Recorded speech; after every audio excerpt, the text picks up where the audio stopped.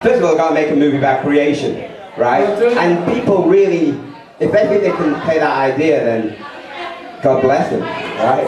I mean, it's like actually it was my idea of creation. It was, right? So you've got no problem with it. That's news to you. Or maybe it wasn't, maybe it wasn't.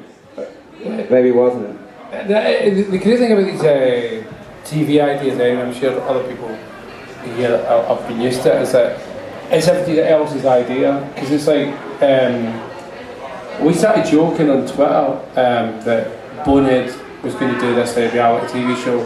Then we were going to go into Jonathan Ross's house and like do up his house, do a room up in his house and then throw a party for people like you guys.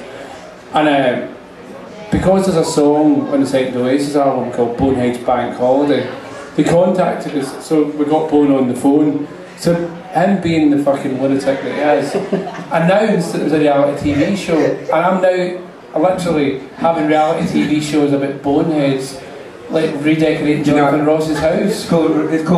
It's called, what's it called? Rock and Roll Paint Job. Rock and roll paint job, yeah. Rock and Roll Paint Job. But they fell for it, the BBC fell for it. I know, it's amazing. I think it was on the 3:30 News in Amsterdam. I got a shock when I heard that. So anyone out there is thinking of a great idea to sell for television, think of a stupid idea you can come in, Twitter it, and you can guarantee the BBC will be on to it in 20 minutes. I thought cremation, after creation, the film documentary, cremation, the film documentary, and what it is that the idea is that you basically, everything that went right goes wrong and everybody dies. Except you, of course, once I'm again. gonna die. You told me in there I'll never die. How are you planning to kill me? Oh no, I know. I always thought about coming here in a taxi. But I mean, I just thought that's a fucking good idea.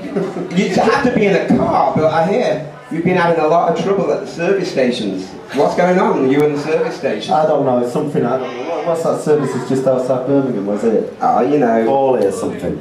I don't know. Cawley or something, I don't know. I was coming to see you, wasn't it? That's when they thought you were Bez. Yeah, we were DJing at Brixton Jam a couple of weeks ago, so I stopped off for a coffee at Crawley Services. And, I sort of looked over to my left there, having my coffee, and I could see this girl, she's sort of checking me out, so I'm like, well...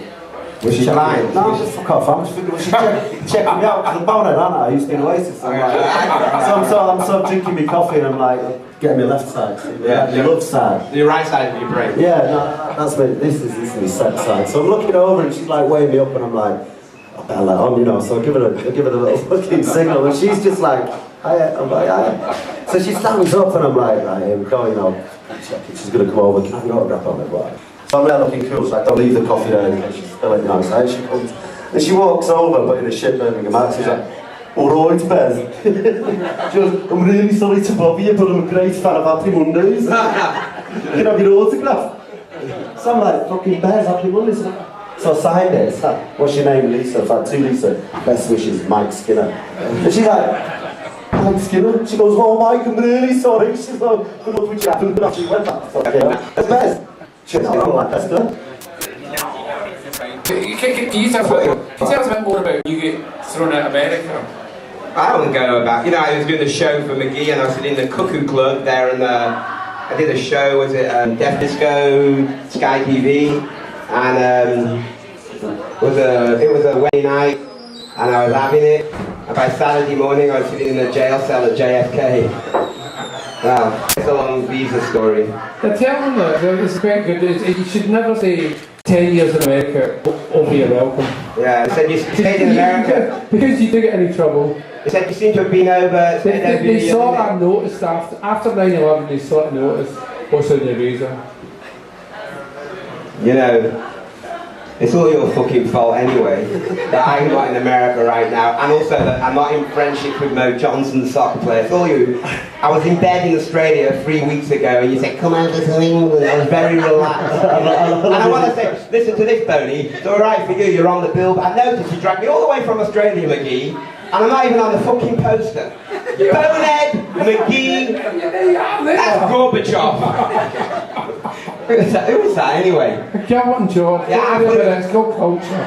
Give us that Alan McGee impression again. I think a fucking good chop on the wall or something. I'm not on the poster. I flew from fucking Australia.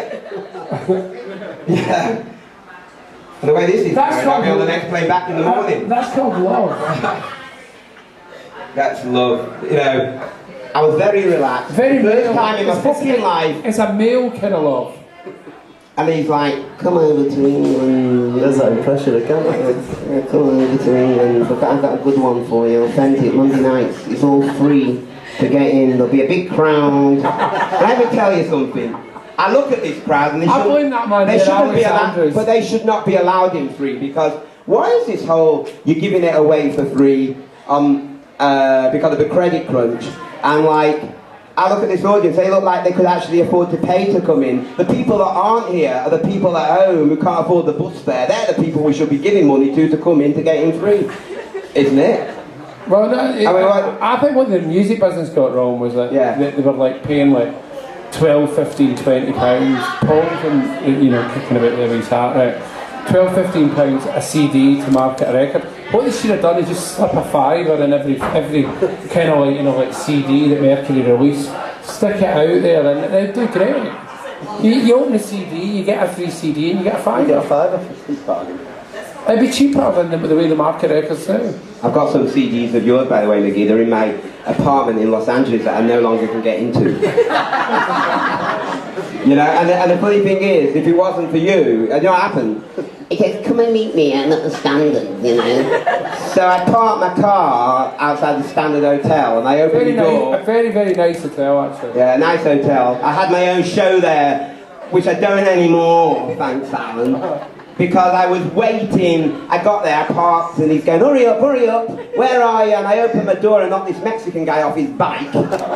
So he's in the middle of the road lying there, you know. He never died though. No, he didn't die, the blood, he cleared the blood up. McGee's going, you'll be alright. I think he sailed over the bar. I said, Alan, I'm overstayed my visa by 9 years. You know, so... You know, the thing about you, Polanski, is like, you know, I mean, most people would have got 2 years in an American prison. You only got one night and then you were thrown out. But you were handcuffed. It looked pretty... To be honest, it actually probably looked pretty cool to all the women on the plane. I know, right. But as you walked through the plane, handcuffed up, yeah, and you probably looked as if you were like dangerous. You know what happened? I was led to the plane in handcuffs like this, right? And They then... were going to take them off. You had to keep them off. And then these guys, I walk out like Hannibal Lecter, and I'm like, some guys walking, they're coming from the US Open, and they're like walking along with their tennis rackets, and I come out of this like silver door, and I'm walking along handcuffed, and they all go, look at him, and I go, you got a problem with that? And they fucking jump back, and then I'm sitting in my seat on the airplane. What were you literally changing the toilet? They took me out, check this, they took the handcuffs, I get on the aeroplane, and those guys were looking at me like I was a criminal, and check this. All of a sudden the purser comes up and goes, Polanski, we realise you've had a real bad ordeal in the last 24 hours. We'd like, you know, to come up front, we've got chocolate puddings. Was this after you'd been chained to the toilet? That never happened, but as I got up, those guys looked at me and I started walking, I did the old Jerry Seinfeld, you know, you should have worked harder. As I'm walking to first class, sitting down next to Judi Dench, I said, I'm sorry, I'm stinking. I've been in prison all night. She'd go, no, she said, oh, are you a dramatist? I have a lot of dramatist friends that overstayed their visas. Russell Brand went through that same problem a couple of months ago, huh? Did it? Yeah, he's got $1 million to back him up. I think all right, yeah. No, I think he just had a few other problems, but I don't think there were visa problems. There's sexual problems, aren't there? No, I think it was like he'd get done a few times for like, you know, narcotics and stuff. I think once you have to actually declare that on the green visa that you've been nicked a couple of times for like, you know, drugs or anything, I think it's a bit of a problem, you know. Changing subjects. What happened to United yesterday? Don't ask me, fuck off. I saw this here on the floor. Somebody can get rid of this fucking thing right away.